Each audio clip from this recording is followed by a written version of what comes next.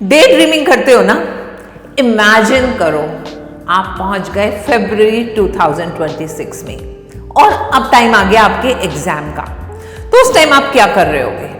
Mobile scroll कर रहे होगे, क्रिकेट खेल रहे होगे, कुर्सी पे बैठ के आराम से कॉफी एंजॉय कर रहे होगे, या अपने फ्रेंड्स के साथ मूवी देखने गए होगे। क्या बोल रहे हो मैम, मजाक क्यों कर रहे हैं? यस, ये मजाक ही है। एक्चुअल में तो उस टाइम दिमाग में ऐसी हलचल मच जाएगी कि अपना होश नहीं रहेगा। क्या खाना, क्या पीना, कब सोना, कब जागना।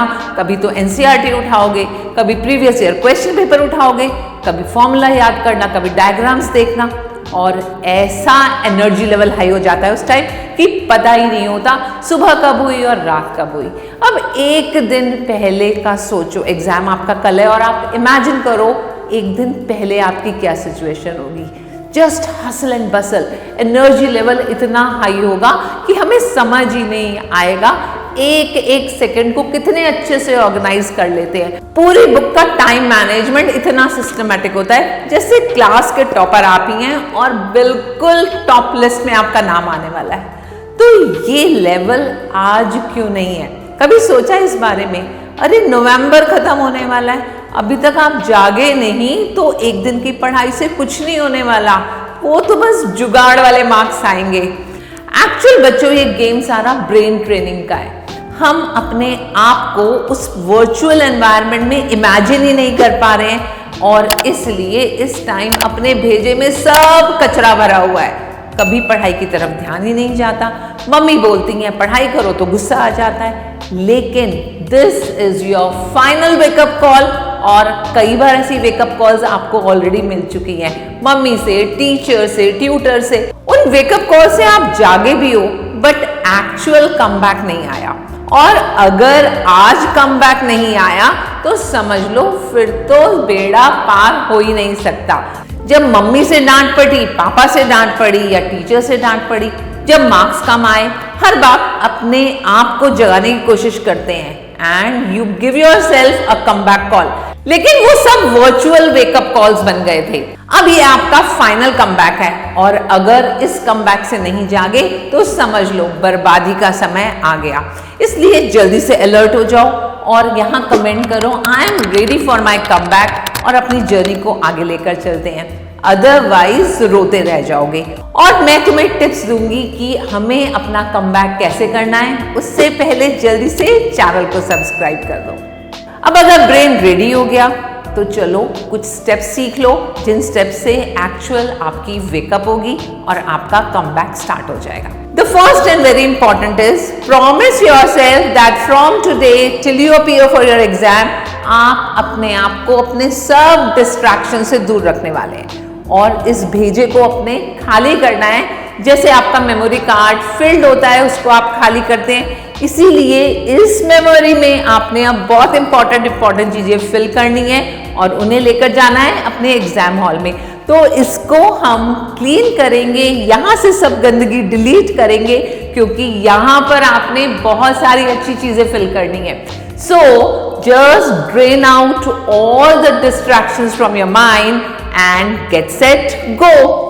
Coming to second point is your time management. भाई दिन में 24 घंटे होते हैं, उन 24 घंटों को ही तो मैनेज करके हमें टॉपर बनना है। अब उन्हें कैसे मैनेज करेंगे? सबसे इंपॉर्टेंट चीज है अपना स्लीपिंग टाइम कम करें। बिस्तर पर तभी जाएंगे जब एग्जैक्टली आपको ये फील होगा कि मुझे नींद आ रही है, क्योंकि बिस्तर पर लेटने के बाद का जो टाइम वेस्ट होता है हमें उस छोटे छोटे टाइम जंक्स को भी सेव करना है। तो उसके लिए बहुत अच्छी ट्रिक बताती हूँ। Take a pen and register and write down your time management. कितना टाइम आपको खाने पीने के लिए चाहिए? जस्ट 1 आवर, जिसमें आपका ब्रेकफास्ट भी हो जाएगा, लंच भी हो जाएगा, डिनर भी हो जाएगा। 24 - 1 you are left with 23। Sound sleep चाहिए एटलीस्ट 8 आवर्स की, तो उन 8 को भी माइनस करते हैं। 23 - 8 still you are left with 15 hours. 15 hours को ही तो मैनेज करना है और उस 15 आवर को प्रोडक्टिव वे में मैनेज करना है। अगर हमने स्कूल के 6 आवर्स भी माइनस कर दिए, स्टिल यू हैव 9 आवर्स। अरे 9 घंटे कम नहीं होते। क्या बोल रहे हो? ट्यूशन भी जाते हैं। कितना ट्यूशन? 3 आवर्स, 4 आवर्स, चलो 4 आवर्स और माइनस कर दिए, 9 में से 4 आवर्स सब्ट्रैक्ट किए, स्टिल वी हैव 5 आवर्स। अब इन 5 आवर्स को हमने सेल्फ स्टडी मैनेजमेंट पे लगाना है और उसमें हमने डेली सारे सब्जेक्ट्स नहीं पढ़ने। सो make sure 1 hour for maths every day. Then you are going to take one literature subject every day. It could be English one day or Hindi one day.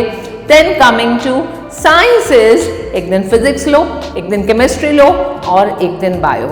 That means 2 days for all 3 subjects. अब बात करते हैं social study की, तो social study को भी इसी तरह से distribute करेंगे. We'll divide history, civics, geography. So 2 days for every part of social study. और आप देखेंगे पूरे वीक में आपने अपने टाइम को इतने अच्छे से मैनेज किया, उसके बाद हमारे पास संडे भी बच रहा है, पर संडे को वेस्ट नहीं करना है, because Sunday again has to be productive. और संडे को तो स्कूल भी नहीं जाना, तो पूरा 24 आवर्स हमारे पास है, उसको हम और अच्छे से मैनेज कर सकते हैं। Then third important thing is you must have your own study space which should be on the corner of the house, जहां प्रॉपर लाइट आती है, जहां पर प्रॉपर साइलेंस होता है, कोई डिस्ट्रैक्शन नहीं होगा, and it should be NEET and clean. अगर अपनी बुक्स को क्लटर्ड रखेंगे तो सारा ब्रेन भी क्लटर हो जाएगा। सो मेक श्योर आपका स्टडी कॉर्नर बिल्कुल नीट एंड क्लीन है, आपकी बुक्स अच्छे से ऑर्गेनाइज हो रखी हैं, and that will give you positive vibes to study. And make sure one more important thing is, जब आप पढ़ने बैठे तो ऐसे पढ़ने बैठे जैसे आप स्कूल में अपने टीचर के सामने बैठे हैं। So it should not be a casual way. सर्दियां आ रही हैं, शॉल लपेट कर मत बैठना, ब्लैंकेट में मत बैठना। और एक और बहुत इंपॉर्टेंट टिप देती हूँ, अगर आप पढ़ने बैठ रहे हैं तो शूज पहन के बैठो, वार्मथ मिलेगा, and you will not at all feel like running to your bed. और इससे क्या होगा, स्टडी आवर्स इंक्रीज हो जाएंगे। That is our main motive. अब स्टडीज पर फोकस करते हैं। तो अभी हमारे पास टाइम है, बहुत अच्छे से प्लानिंग कर रहे हैं, क्योंकि हमें अच्छा इनपुट देकर अच्छा आउटपुट लेना है। So divide all your subjects in 2 parts, easy and difficult. Exam आने में टाइम है, इजी पार्ट हम ऑलरेडी प्रिपेयर कर चुके हैं, तो क्यों ना हम पहले डिफिकल्ट पार्ट पर फोकस करें, जिससे उसको भी इजी के कॉलम में शिफ्ट कर लेंगे।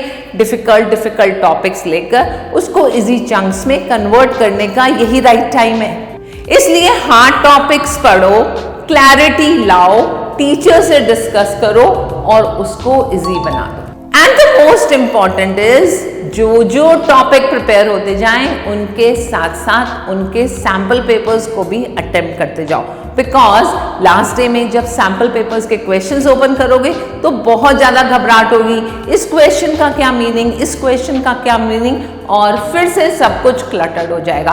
तो जो चैप्टर्स प्रिपेयर होते जा रहे हैं उन चैप्टर्स से रिलेटेड क्वेश्चंस को हम साथ साथ अपने सैंपल पेपर से अटेम्प्ट करते जाएंगे, and you will observe the difference yourself. अब मैं चलती हूँ, नेक्स्ट टाइम फिर मिलूंगी और ऐसी मोटिवेशन के लिए आपके साथ साथ चलती रहूंगी जब तक आपका फाइनल रिजल्ट कार्ड नहीं मिल जाता। उस रिजल्ट कार्ड में आपका ही नाम होगा, मेरा नहीं, but still I will hold your hand and I will move with you.